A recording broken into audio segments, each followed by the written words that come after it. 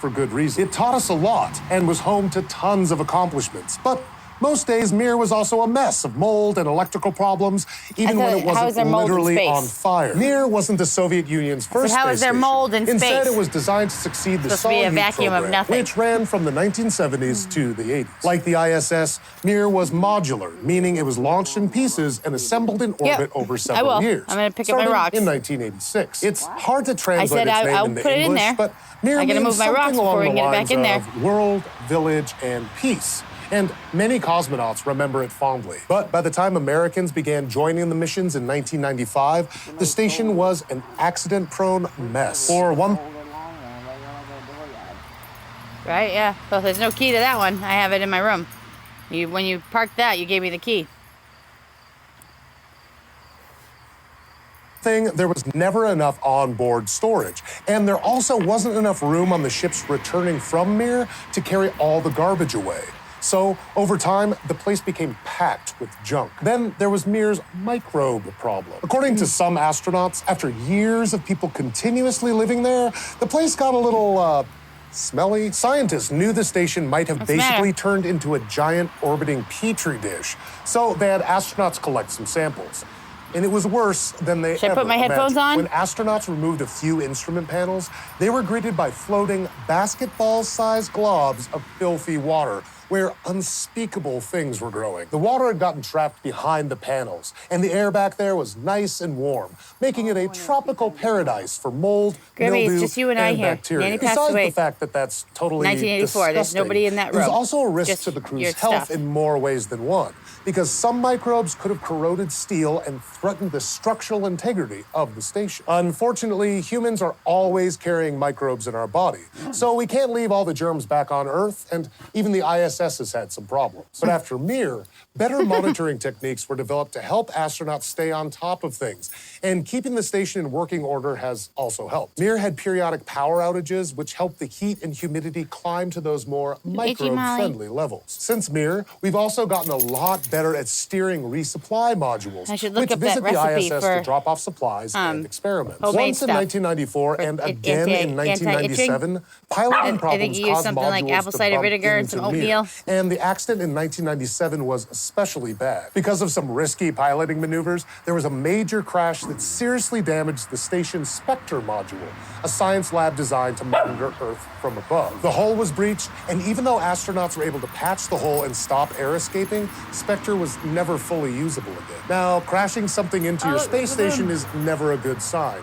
But there was one accident that was even more dangerous, a fire. A fire in space is a lot scarier than one on Earth, because you can't just run outside and get away from it. You're trapped in a small enclosed area with a burning inferno. This one could have injured or even killed the people on board. Were about the size of a spray paint can. But luckily, no one was badly hurt. The blaze came from a faulty oxygen generator. These devices, informally called candles, were about the size of a spray paint can, and they produced oxygen by burning lithium perchlorate, a salt made of lithium, chlorine, and oxygen. Usually, candles are pretty safe, and they're still used as oxygen backups on the ISS today. But this one malfunctioned and burned out of control. It was so hot that one astronaut reported seeing what he thought was dripping wax. You don't have any nail polish remover, do you? Molten metal, because the fire was so hot. Thankfully, the blaze wasn't pointed at the station's outside walls where it could have damaged the hull. And the crew had recently cleaned up the mess in the area, so they had an escape path and could put out the fire. Afterward, quality control of the candles was improved, so something like this would never happen again. And the ISS now takes multiple precautions if a fire is detected, like cutting power and venting the oxygen in that area. Finally, after 15 years of triumph and chaos, Mir was sent back to Earth in 2001, where it cannonballed into the Pacific Ocean. Even though it had its rough days, Mir was only designed to fly for 5 years. So it's pretty impressive that it lasted as long as it did. It outlived the Soviet Union and stuck around long enough to see the ISS succeeded. And a lot of the reason the ISS is so successful today is because of the lessons learned on Mir. So even though we might sometimes poke fun at that orbiting struggle bus, it also set records, housed countless experiments, and changed the way we live in space today. Thanks for watching this episode of SciShow Space. If you want to learn more about the early space stations, you can check out our episode about Skylab, America's first space station. And for more videos every week, you can head over to youtube.com/SciShowSpace and subscribe.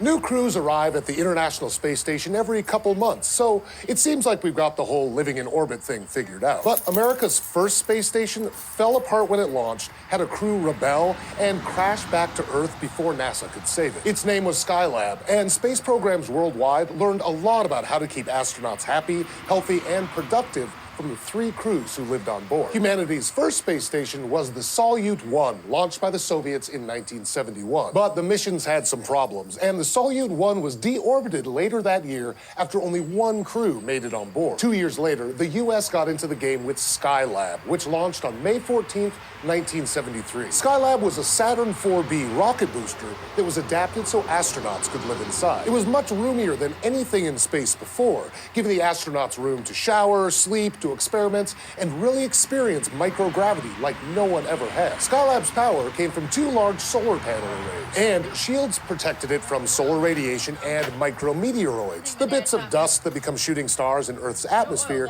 and can turn an unprotected spaceship into Swiss cheese. But the mission got off to a rocky start when it launched. One of the shields fell off, which tore off one of the solar panel arrays and jammed the other one. Skylab made it into orbit, but was uninhabitable without those pieces. It basically had no power, and the sun heated the inside to over 90 degrees Celsius. When the first crew was sent up later that month, NASA had to figure out how the heck to do major repairs on something in orbit. Over the course of several spacewalks, the astronauts fixed the jammed solar panel and deployed a bright orange sunshade to cool down the inside. NASA learned a lot from these first big in-space repairs, which definitely weren't the last of their kind. The ISS, for example, needs regular repairs, and the Hubble Space Telescope had a faulty mirror that needed to be fixed in space before it could take clear photographs. Once they made it livable, Skylab's first crew hopped on board and got down to business. Or really, they got down to science. More than 80 experiments were conducted on Skylab, including biology, physics, and astronomy experiments that were proposed by high school students. But there were also experiments for professional scientists, like the Apollo telescope mount, which first detected things like holes in the solar corona. It was a precursor to the ISS's solar instruments that monitor the sun's brightness and intensity, which can affect climate down here on Earth. Another thing NASA wanted to know was how people's bodies responded to being in space for weeks or months at a time. Salyut 1's crew was in space for 23 days, which was a world record at the time. But each of Skylab's crews blew past that record, with the final crew spending a full 84 days in orbit. With that much time in microgravity, NASA could see evidence of bone density and body mass loss, which happens because astronauts' bodies don't have to fight against gravity and other stresses as much. Nowadays, astronauts do certain regular exercises in space to combat this problem, but space agencies are still researching ways to keep them healthy. Skylab's final crew launched in November 1973, only a few months after the station was put in orbit, and they had a rough relationship with their bosses. They hid being sick in space, which is a no-no when you don't have access to medical help. And they were also exhausted by the long 16-hour workdays, so they couldn't possibly accomplish all the tasks they were commanded to do. Eventually, they rebelled, turning off all communication with NASA for a day just to relax. Of course, NASA wasn't happy about this, and none of those astronauts ever went to space again. But the incident also taught NASA some important lessons. Working in space can be slow, especially for astronauts who haven't been there before. And you can't treat humans like robots, so future crews were given much more balanced schedules. But after that crew returned to Earth in 1974, Skylab stayed empty. NASA had hoped they could send up more astronauts on an early shuttle mission in 1977 or 1978, but the program got delayed. Plus, they ignored researchers' predictions about more solar activity, which expanded Earth's atmosphere enough that it started dragging Skylab down. By the time NASA considered sending a shuttle to push Skylab into a higher, stable orbit, there just wasn't enough time. So on July 11, 1979, uninhabited for more than 5 years, Skylab re-entered the atmosphere and broke apart over Australia and the Indian Ocean. Skylab set the stage for future space stations like Mir and the ISS, and showed that people really could live in space for a while and do important scientific research. As long as you give them time to rest, of course. Thanks for watching this episode of SciShow Space, and thanks especially to our patrons on Patreon who help make this show possible. If you want to help us keep making episodes like this, just go to patreon.com/scishow to learn more. And don't forget to go to youtube.com/scishow and subscribe. One orbiting 60 degrees ahead and one 60 degrees behind. If you've ever wanted to take a virtual vacation, you have to keep waiting.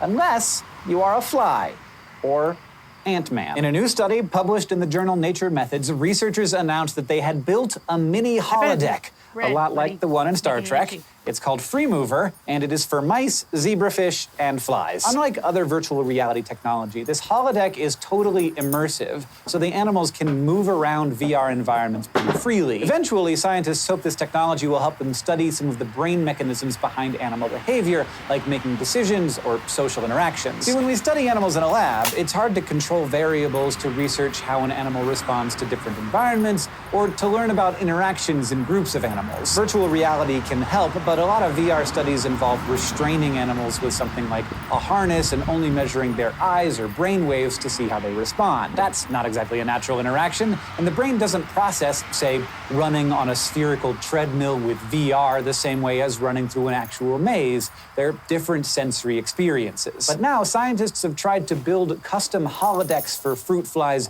zebrafish, and mice. These animals are used as model organisms in studies all the time because they have some similar biological factors to humans, plus they're pretty easy to breed in a lab and manipulate for experiments. In this paper, the researchers ran tests to see if the animals thought their holodeck environment was real. Basically, if they changed their behavior to match what was happening on the screens. Cameras tracked their positions, and then computers updated the projections to respond to anything the animals did. In the fly experiment, the holodeck was a chamber with images projected on the walls, and the researchers